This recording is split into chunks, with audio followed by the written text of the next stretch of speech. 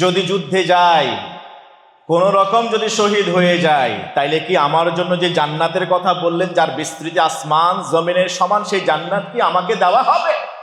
সাহাবীরা বললেন, উমাইর বিন হুমাম কিছুক্ষণের মধ্যে চোখের আড়ালে চলে গেলেন, যুদ্ধের ভিতরে ঢুকে গেলেন, সৈন্যের মাঝখানে চলে গেলেন, কয়েকজনকে জাহান্নামে পাঠিয়ে দিয়েছেন।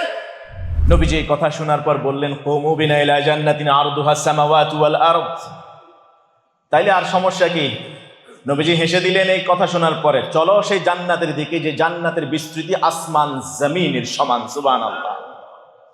সহিহ বুখারী মুসলিমের হাদিস। উমাইর বিন হুমাম রাদিয়াল্লাহু তাআলা আনহু খেজুর খাচ্ছিলেন, জেনজির অন্যতম সদস্য, উত্তরসূরি, তরুণ, এই মর্দে মুজাহিদ খেজুর খাচ্ছিলেন। নবীজি সাল্লাল্লাহু আলাইহি ওয়াসাল্লামের কণ্ঠে এই শুভ সংবাদ উচ্চারিত হয়েছে শুনে তিনি খেজুরগুলি ফেলে দিলেন, বললেন, বাহ বাহ। বাহ বাহ মানে হলো কি সুন্দর, কি লাভবান ব্যবসার কথা বললেন ইয়া রাসূলুল্লাহ।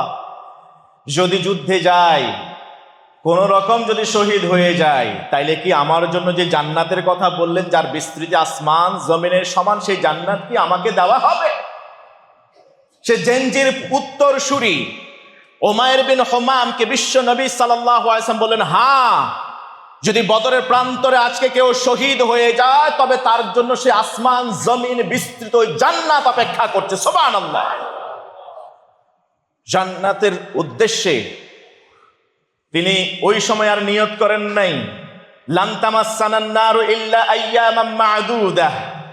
আদেশ আসছে, যুবক মানুষ পুরো সময় পড়ে আছে, এখন নয়, আরো পরে বয়স বাড়ুক, তারপরে গিয়ে যুদ্ধ তো সামনে আরো অনেক করতে হবে, তখন করব।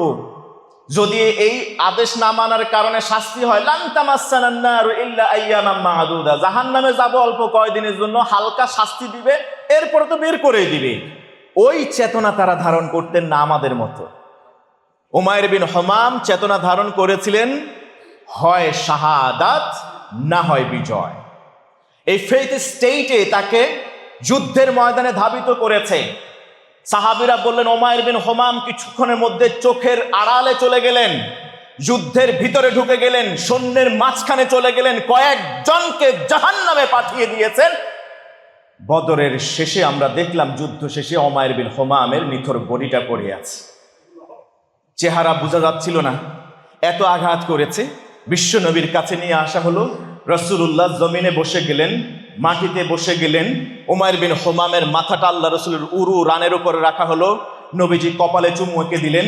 সাহাবীরা বলেন, ইয়া রাসূলুল্লাহ, এই তো সেই তরুণ সাহাবী যে জান্নাতের লোভে খেজুরটা পর্যন্ত খাওয়ার অপেক্ষা করলো না। নবীজি সাল্লাল্লাহু আলাইহি ওয়াসাল্লাম বললেন,